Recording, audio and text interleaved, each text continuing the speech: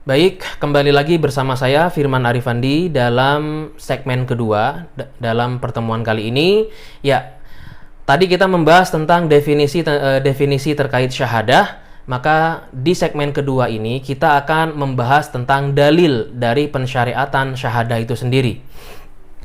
Dalil pensyariatan syahadah ada dalam Al-Qur'an, kemudian ada dalam sunnah juga, lalu kemudian juga ada dalam ijma para ulama.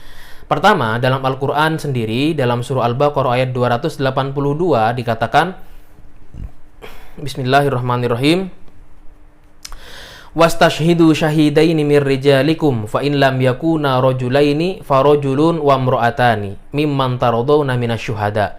Dan persaksikanlah dengan dua orang saksi dari orang-orang lelaki di antaramu.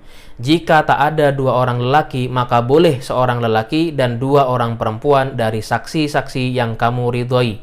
Nah, ini dari Al-Quran terkait syahadah. Tadi di awal sudah kita jelaskan bahwasanya maksud daripada syahadah ini adalah pemberitahuan informasi gitu ya terkait tuduhan ataupun counter ataupun pembelaan terhadap diri dengan lafal kesaksian gitu ya, dengan lafal kesaksian dari orang yang bisa menjadi saksi, demikian. Maka dalam hal ini yang bisa dihadirkan sebagai saksi dalam Al-Qur'an surah Al-Baqarah ayat 282 adalah dua orang lelaki di antaramu ya, dua orang lelaki di antara kalian. Kalau tidak ada maka satu orang lelaki dan dua orang perempuan. Kemudian dalam surah At-Talaq juga ayat 2 dikatakan washhidu zawai adlin minkum wa aqimus syahadata lillah.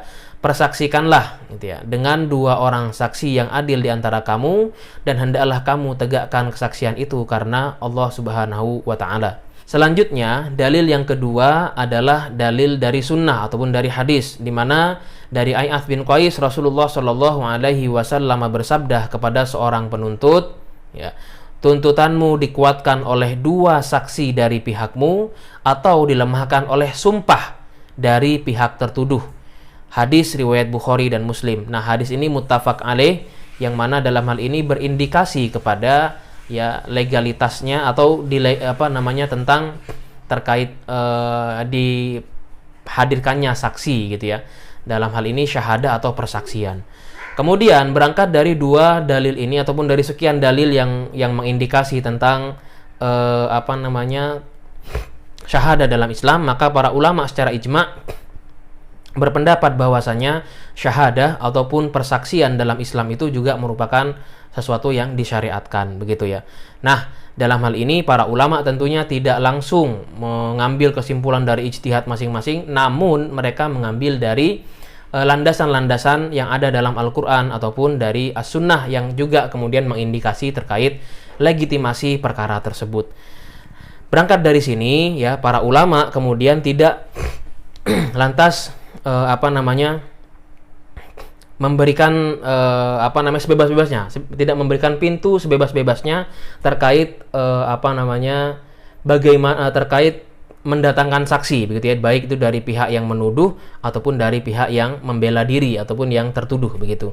Dalam hal ini tentunya ada syarat untuk menjadi saksi atau mendatangkan syahid, ya, mendatangkan orang yang bisa dijadikan sebagai saksi dalam fikih kita ya, dalam jinayah itu. Nah, bagaimana pembahasannya tentunya akan kita bahas dalam segmen yang ketiga setelah pembahasan ini.